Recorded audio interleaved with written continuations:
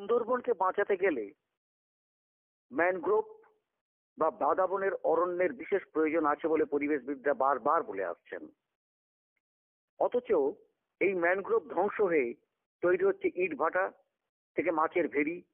বিভিন্ন রকম ভাবে ম্যানগ্রোভকে ধ্বংস করা হচ্ছে জ্বালানিতে, এবং পোড়াবার জন্য, কাঠ পোড়াবার জন্য দেখা যাচ্ছে কেটে নিয়ে যাওয়া হচ্ছে ম্যানগ্রোভের সমস্ত কিছু গাছ। অথচ এই ম্যানগ্রোভটাই একমাত্র সুন্দরবনের দেওয়াল, যা সুন্দরবনকে বাঁচাবে। শুধু সুন্দরবন নয়, সুন্দরবন যদি উড়ে যায় তাহলে কিন্তু কলকাতাও বাঁচবে না। সুতরাং ভাবতে হবে যে সুন্দরবন যে কোনো ভাবেই আমাদের বাঁচাতেই হবে, এবং তার সবচেয়ে বড় ব্যাপার হচ্ছে এই ম্যানগ্রোভ। এটা পরিবেশবিদরা বারবার বলছেন যে ঘন ম্যানগ্রোভ একমাত্র কঠিন দেওয়াল, যাকে ভেদ করে অন্তত নদীবাদগুলো সামাল দিতে পারবে। তাই ম্যানগ্রোভের ব্যাপারে যদিও মাননীয় মুখ্যমন্ত্রী বারবার বলেছেন যে সুন্দরবন জুড়ে ম্যানগ্রোভের জন্য, আজকে সেই মতো সেই বার্তা পৌঁছে গেল গঙ্গাসাগরের 1 নম্বর রাস্তার ধারে। সেখানে দেখা যাচ্ছে মাননীয় জেলা শাসক দক্ষিণ 24 পরগনা সুমিত গুপ্তা তিনি নিজে সেইখানেতে উদ্যোগ নিয়ে 1 নম্বর রাস্তার কাছে সেখানেতে ম্যানগ্রোভের যে পোঁতার ব্যাপারটাই শুরু করলেন আনুষ্ঠানিকভাবে, এবং সেখানে বিভিন্ন আধিকারিকরাও ছিলেন। দেখা যাক তারা কি বললেন এই ম্যানগ্রোভ সম্পর্কে, এবং সুন্দরবন তথা কপিল মুনির আশ্রম তথা সাগর দ্বীপকে বাঁচাবার জন্য এটাকে ভীষণভাবে প্রয়োজন এই ম্যানগ্রোভকে। সুতরাং সর্বত্রভাবে যেভাবে ম্যানগ্রোভ ধ্বংস হচ্ছে সেই ধ্বংস থেকে বাঁচানোর দরকার আছে। ধ্বংস যাতে না হয় সেদিকেও নজর দেওয়ার প্রয়োজন রয়েছে। কেননা শুধু গাছ পুঁতলেই হবে না, তাকে রক্ষণাবেক্ষণের কাজ যদি না করা যায় তাহলে কিন্তু কিছুই কাজ হবে না।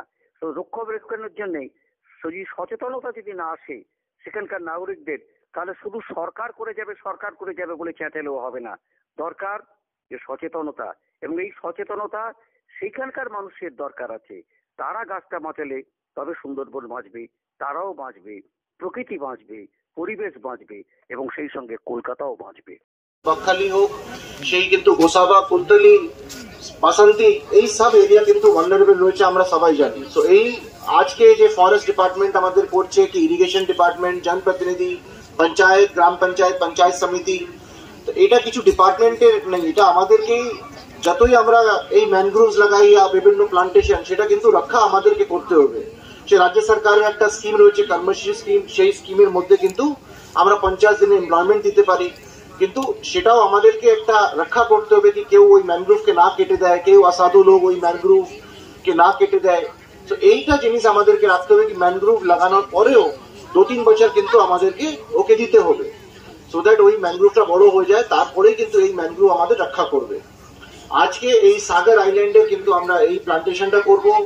এই প্লান্টেশন ফরেস্ট ডিপার্টমেন্ট অন্যান্য অনেক জায়গায় এই প্লান্টেশন করছে। হয়তো এরপরে নিরঞ্জন স্যার বলবেন, তিনি হয়তো একটু এই ডিটেলটা দেবেন, বাট মানে এইটাই ফরেস্ট ডিপার্টমেন্ট আর ইরিগেশন পঞ্চায়েত এর উপর না ছেড়ে এটা সাধারণ মানুষকে কিন্তু লোকাল কমিউনিটিকে আমাদের এই কাজে ইনভলভ হতে হবে।